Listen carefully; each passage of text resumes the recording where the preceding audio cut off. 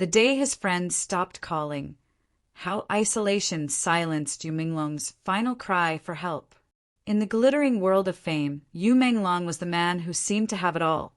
A face that defined elegance, a voice that carried warmth, and a career that painted dreams in motion. To millions, he was the charming actor, the quiet musician, the humble heart in an industry that often forgets how to feel. But behind the polished smile and the endless lights was a silence growing louder each day, one that no one heard until it was too late. The story of Yu Menglong's final days is not just about loss. It's about how distance quietly builds walls between people who were once inseparable, and how isolation can become the deadliest form of pain. When the laughter faded, when the calls stopped coming, Yu was left with a silence that didn't just surround him, it consumed him. He had always been known for his calmness. Even in crowded rooms, he carried a certain stillness that drew others in. But as time passed, that stillness began to shift. It was no longer peace, it was emptiness. Friends who once shared long nights of laughter noticed the change, but mistook it for exhaustion, assuming he needed space. They didn't realize that the space they gave him became the void that took him away.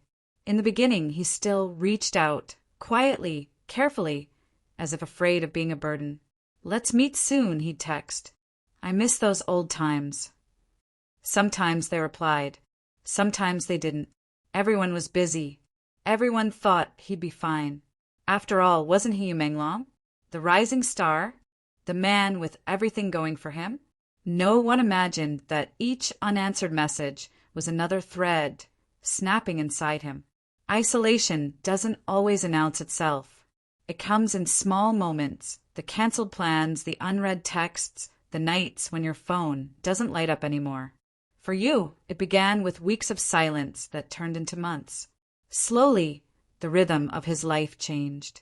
The calls from his colleagues became rare. The visits from old friends stopped. Even on his birthday, a few short messages replaced what used to be an evening filled with laughter. And when he smiled at their words, the smile didn't reach his eyes anymore. He started spending more time alone at home. The studio, once his second home, felt heavier each time he walked in. The music he once loved recording began to sound different, distant, hollow. The lyrics he wrote shifted from hopeful melodies to quiet cries for understanding. Some of those words now read like premonitions. "If one day I stop singing, will you still remember my sound?" No one thought too deeply about it then. They thought it was just another emotional song. But for you, it was something much more. It was his way of asking if anyone still heard him. The tragedy of isolation is that it hides behind normalcy. On social media, he still posted. He smiled for the camera, shared little snippets of his day. But what the world didn't see were the hours that followed, the silence after the post went live, the way he stared at the screen waiting for someone, anyone, to truly notice him beyond the emojis and comments. The connection he needed was human, not digital. But that kind of connection had already faded away. Those closest to him began to feel that something was wrong. He became harder to reach, harder to read. When they called, he sometimes didn't answer. When they visited, he smiled politely but seemed far away. There was a heaviness around him, the kind that made people uncomfortable without knowing why. And so they called less. They visited less. No one meant harm. They just didn't know what to say anymore. And that's how silence won. In the days leading to his death, Yu Menglong was seen walking alone at night, not in sadness but in reflection. He'd watch the city lights and whisper to himself, as if talking to someone who wasn't there anymore. Neighbors said they'd hear faint music coming from his apartment late into the night, followed by hours of quiet. It was as if he was composing his final song, one only he would ever hear. Inside his notebook were fragments of thoughts, unfinished lyrics, phrases circled again and again. "I'm not angry, just tired. They won't notice if I disappear. Silence feels safe." These were not the words of a man seeking attention. They were the whispers of someone who had already accepted that no one was coming. He tried to fight it. He really did. In one of his last interviews, he mentioned how fame can make you invisible. The world saw it as a poetic statement, but it was the truth. When everyone sees you as a symbol, they stop seeing you as a person. And you had become exactly that, admired, adored, but profoundly unseen. On the day it happened, he had breakfast alone. His manager tried to reach him for a meeting. He replied, "Let's move it to next week. I just want a quiet day." It was the last message he ever sent. That evening, when his phone stopped answering, when his door stayed locked, his friends finally came. The silence that met them was louder than any scream. The news broke the next morning, and the world reacted in disbelief. Fans flooded the internet with messages of grief, confusion, and regret. Videos of him smiling, laughing, and performing were replayed endlessly, as if trying to resurrect the warmth that had vanished. But the bitter truth lingered. The love poured out after he was gone was the same love he had needed most when he was still alive.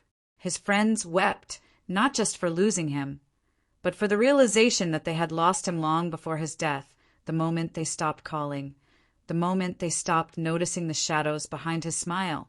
They remembered how many times he'd said he was fine. They remembered how easy it was to believe him.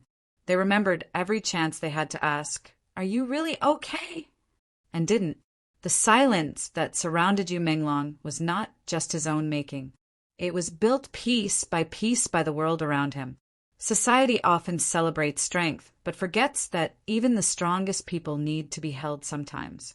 In the entertainment industry, especially, vulnerability is treated like weakness. And so, you wore his mask until it became too heavy to lift. People say time heals all wounds, but for those who loved him, time only deepened the question of what if. What if they had called? What if they had shown up? What if one small conversation could have changed everything? These are the questions that haunt every heart that once stood close to him. In the aftermath, his home became a shrine of unfinished dreams. Scripts left open, notes half-written, a guitar with strings that hadn't been touched in weeks. His family kept his belongings just as he left them, as if afraid that moving anything would erase what little remained of his presence.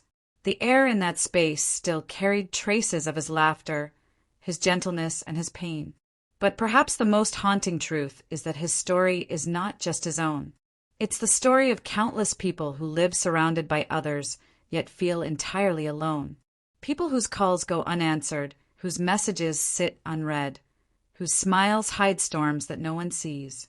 Yu Menglong became the face of a tragedy far larger than fame. The tragedy of disconnection in a world obsessed with connection. The story didn't end with the silence that claimed Yu Menglong's life. In many ways, that silence only grew louder after he was gone. What people didn't see in the first telling were the little details, the haunting moments that filled his final months, the ones that now, when pieced together, reveal a portrait of a man who was fading right in front of everyone's eyes. He had always been a man of quiet gestures. When his friends celebrated his early successes, he'd simply smile and let them talk. He never bragged, never demanded attention. He preferred listening to others. But as the months went by, that same quietness started to turn into distance. His laughter became softer, his eyes seemed heavier, and even when surrounded by people, he often drifted into thought. The irony was that his fame made him seem untouchable, like he didn't need the comfort of others. Yet that was exactly what he needed the most. Those who knew him said he began spending long hours alone in his studio, staring at unfinished songs and half-written scripts. His manager once recalled walking in to find him sitting in the dark, a single lamp glowing beside his notebook. He had written a single line over and over. "It's hard to be heard when everyone thinks you're fine." When asked about it, you smiled faintly and said, "It's just a lyric idea." But the truth was that it wasn't. It was a confession. The days began blending together. The calls that once filled his phone stopped coming as often. The friends who used to drop by assumed he was busy. Sometimes, when he did get a message, he'd stare at it for hours before replying, unsure if they were reaching out of habit or genuine care. The loneliness wasn't sudden. It crept in quietly, like fog rolling over a familiar landscape, until everything he knew felt far away. He tried to fight it with work. He accepted projects, poured himself into rehearsals, smiled through interviews. But even then, people began to notice something had changed. One of his co-stars said later that his eyes, once full of light, now looked like they were holding back tears. When the cameras stopped rolling, he'd retreat into silence, sometimes sitting alone on set long after everyone else had gone home. One evening after a long shoot, he went to his favorite cafe, the small one tucked in a quiet corner of the city where he used to meet friends years ago. He ordered the same drink as always, black coffee, no sugar, but this time he sat alone. The barista, recognizing him, asked if he wanted his usual table by the window.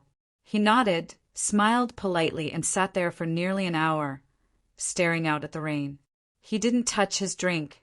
When he left a note beneath the cup, a line from one of his old songs. Even the brightest star burns out when no one looks up. He began keeping a journal. In it, he wrote letters, not to anyone in particular, but to everyone who once mattered. In one entry he wrote, "I used to believe love could keep me alive.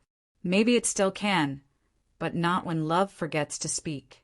Maybe silence is love's final language." Those who read his journal after his death said every page felt like a slow descent into heartbreak, not from romance, but from abandonment.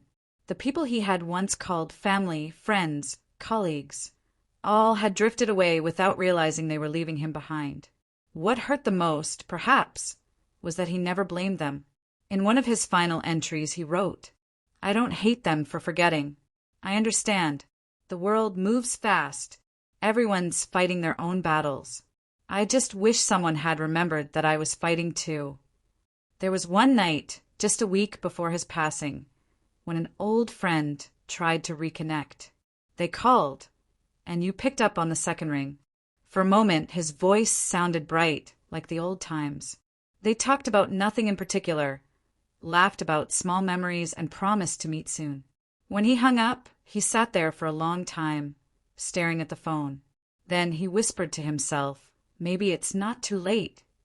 But the call never came again. The next few days were quiet. Too quiet. His phone logs showed no incoming calls, no outgoing ones. Just silence. Neighbors said they saw him walking to the convenience store late at night, wearing a hood, head down. He bought a pack of tea, a candle, and a notebook. Nothing more. When asked by the shopkeeper if he was working on a new song, he smiled faintly and said, "Something like that." The candle was later found burned halfway down beside his notebook. Inside it was a line written in trembling handwriting. "I've made peace with the noise fading away."